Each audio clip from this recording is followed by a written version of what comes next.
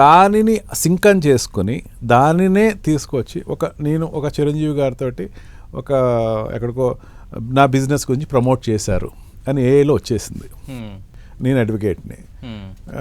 పృథ్వీరాజ్ గారి దగ్గరికి వెళ్తే మీకు అద్భుతమైనటువంటి రిజల్ట్స్ వస్తాయి, ఏ కేసు అయినా పృథ్వీరాజ్ గారి దగ్గరికి వెళ్ళండి అని ఎవడైనా అని క్రియేట్ చేసింది అనుకోండి, చిరంజీవి గారికి సంబంధం లేదు అది. కానీ చిరంజీవి గారిని వాడేసుకుంటున్నాం ద్వారా. ఇప్పుడు ఏమవుతుంది, నేనేదో కేసు ఓడిపోయినప్పుడు ఏమవుతుంది, చిరంజీవి గారిని క్వశ్చన్ చేసేటువంటి ఆస్కారం కలుగుతుంది. అందుకని తన వ్యక్తిత్వాన్ని వాడేసుకుని మిస్యూజ్ చేస్తే కనుక దాని రెప్లికా అనేది ఆయన మీదకి వెళ్తుంది. కాబట్టి ఆయన వరకు ఆయన ప్రొటెక్ట్ చేసుకుంటాం కోసం ఇప్పుడు వస్తుంది అనగానే ఎవరికి వాళ్ళు భయపడేటువంటి చెప్పినట్టుగా నిజంగా అభిమానులు ఇప్పుడు కాదు కొన్ని దశాబ్దాలుగా చిరంజీవి సినీ రంగ ప్రవేశం చేసినప్పటి నుంచి కూడా చాలా మంది తమ వ్యక్తిగత అంశాలకు సంబంధించి ఆయన ఫోటోలు పెట్టుకోవడం కావచ్చు, పెయింట్లు వేయించుకోవడం కావచ్చు, ఇవన్నీ ఉన్నాయి.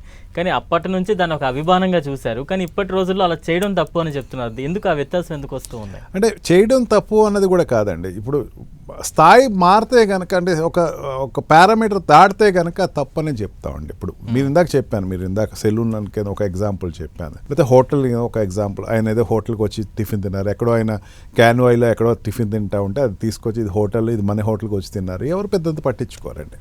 అక్కడ వరకు ఆయనకి డ్యామేజ్ ఏమి అవుతుంది, ఏదో అదేదో ఆయన పేరు చెప్పిన వ్యాపారం చేసుకుంటున్నాడని. నిజంగా ఆ పూర్వం ఏంటంటే ఆ ఫిలిం యాక్టర్స్కి ఇట్లాంటివి ఏమైనా చెప్పేవారు, ఫ్యాన్స్ అసోసియేషన్స్ వెళ్ళి ఏమంటే చిరంజీవి గారు లేకపోతే కృష్ణ గారు మీ పేరు చెప్పుకుని వాడు ఏదో వ్యాపారం పెంచేశారండి, మీరు ఏదో అతనికే తెలుసండి అని ఫ్యాన్స్కి ఒక రకమైన ఈగోస్ వస్తాయి కదా.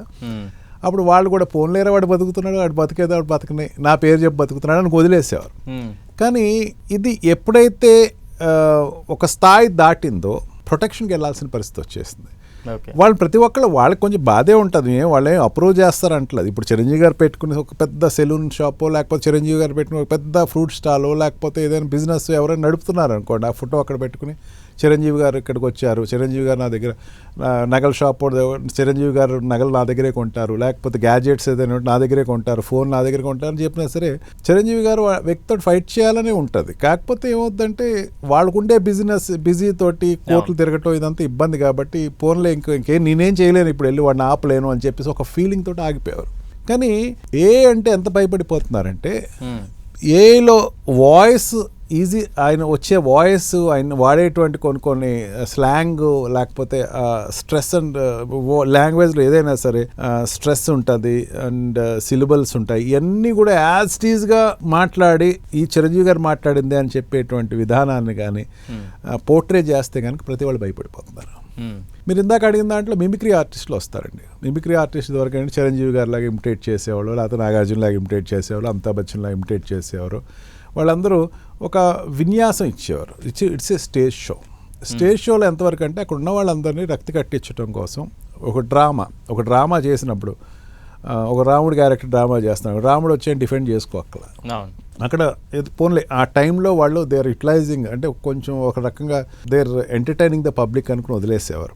అదే మిమిక్రీ ఆర్టిస్ట్ ఫోన్ చేసి మిమ్మల్ని బలరాం గారు నాకు ఇప్పుడు అర్జెంటుగా డబ్బు కావాలి, 1,00,000 రూపాయలు ఇవ్వండి అని అడిగారు అనుకోండి, మీరు పంపించారనుకోండి, ఈ నేరం ఎవరికి వెళ్తుంది? మిమిక్రీ ఆర్టిస్ట్కి వెళ్తుందిగా, డైరెక్ట్గా యాక్టర్కి వెళ్ళిపోద్దిగా. ఎందుకు? ఆయన వాయిస్ తోటి మిమ్మల్ని డిస్టర్బ్ చేసి మీ ప్రైవసీ, మీ యొక్క ఫండ్స్ని అతను తీసుకున్నారు. ఆ ఆర్టిస్ట్ సంబంధించి ఎవరైతే ఆర్టిస్టు, ఒక చిన్న ఆర్టిస్ట్ అనుకుందాం, ఆలీ గారే అనుకుందాం, ఆలీ గారు వాయిస్ తోటి మిమ్మల్ని, మీకు ఆలీ గారు అంటే తెలుసు అని ఏదో తెలిసింది అతనికి, ఎవరో మిమిక్రీ ఆర్టిస్ట్ ఫోన్ చేసి, ఆలీ గారు నేను ఆలీని మాట్లాడుతున్నానమ్మా, నాకు అర్జెంట్గా 1,00,000 రూపాయలు కావాలి, ప్లీజ్ 1,00,000 రూపాయలు ఇవ్వు బలరాం అంటే, ఏమో అలీ గారికి అవసరం, ఫోన్ కన్నా మించింది ఏముండదు కదా, వీడియో కాల్ అడగరు కదండి, మీరు ఫోన్ చేసి అడిగారు, ఫోన్లే ఎప్పుడు అడగలేదు అని 1,00,000 రూపాయలు పంపించారు అనుకోండి. తర్వాత అలీ గారు ఫోన్ చేసి నేను ఎప్పుడు చెప్పలేదు, ఎవరు చెప్పారు నీకు అంటే, ఈ అమౌంట్ రికవరీ పార్ట్ అనేది ఒక క్వశ్చనింగ్ వచ్చి ఈ వాయిస్ మిస్యూటిలైజ్ చేసుకుని లబ్ధి పొందిన వాడి మీదే కదా మనం వెళ్తాం. ఈ తరుణాన్ని ఏఐలో తీసుకెళ్తే ఒక 100% ఎక్కువ ఉంటుందండి. ఓకే, అంటే